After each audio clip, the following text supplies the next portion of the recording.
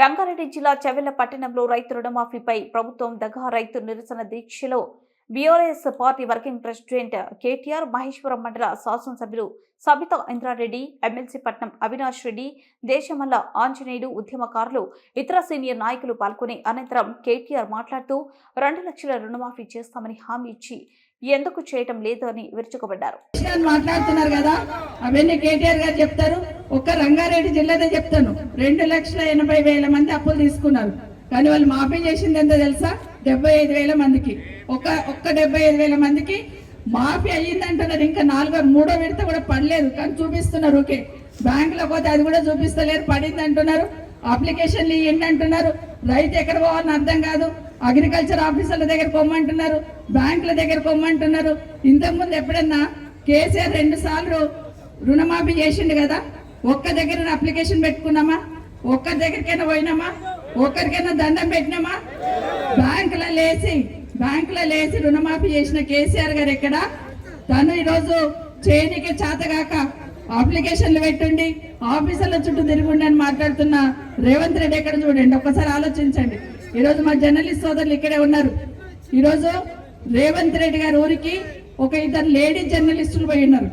ఏమని అంటే, మొత్తం మాఫీ అయిందంటున్నావు కదా, మరి నీ ఊళ్ళోనే అయిందా లేదో చూసొద్దామని ఆ ఊరికి పోయిండ్రు. 2 ఆడబిడ్డలు పోయిండ్రు కెమెరాలు తీసుకొని.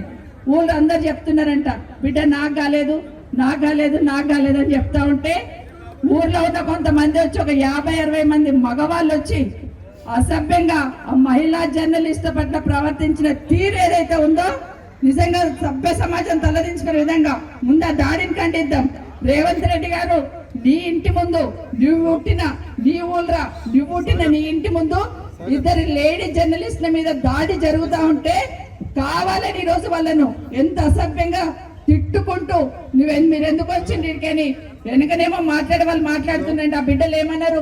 మన కోసం వచ్చిండ్రు, మన కోసం అడుగుతున్నారు కదా అంటే ఇష్టం వచ్చినట్టు దాడి చేస్తున్నారు. అట్లాంటి అక్కను సీనియర్ నాయకురాలను పట్టుకొని నోటికొచ్చినట్టు మాట్లాడడే కాకుండా ఆ రోజు నిండు శాసనసభలో అవమానం చేసింది. ఇవాళ నేను ఒకటే విజ్ఞప్తి చేస్తా ఉన్నా మీ అందరికి, ఇదంతా ఎందుకు చేస్తున్నాడంటే ఒక్కటే కారణం, రుణమాఫీ మీద చెప్పే ముఖం లేదు, 6 గ్యారెంటీల గురించి మాట్లాడే దమ్ము లేదు, ప్రజలకు ఇచ్చిన వాగ్దానాలు ఏమైనాయి రేవంత్ రెడ్డి అంటే చెప్పే సమాధానం చెప్పే సత్తా లేదు. 49,000 40,000 ఎట్లయింది? 40,000 31 ఎట్లయింది? 31 26 ఎట్లయింది? 26కి వెళ్ళి మొన్న 15 ఆగస్టు నాడు ఖమ్మం పోయిండు. అక్కడ పోయి ఏం చెప్తాడు?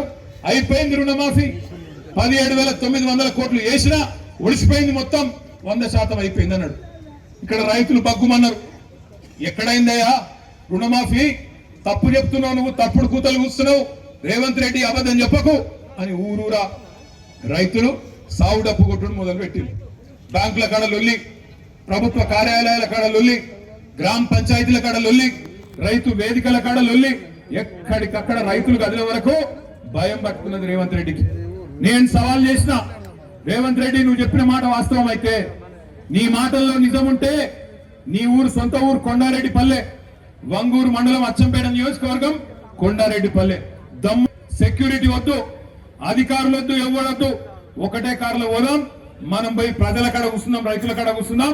నీ ఊళ్ళే, నీ సొంత ఊళ్ళే రైతులు కింద 100% రుణమాఫీ అయిందని చెప్తే నా రాజీనామా అక్కడనే వాడేసి అక్కడికే పీక్తా అని చెప్పిన సమాధానం రాదు.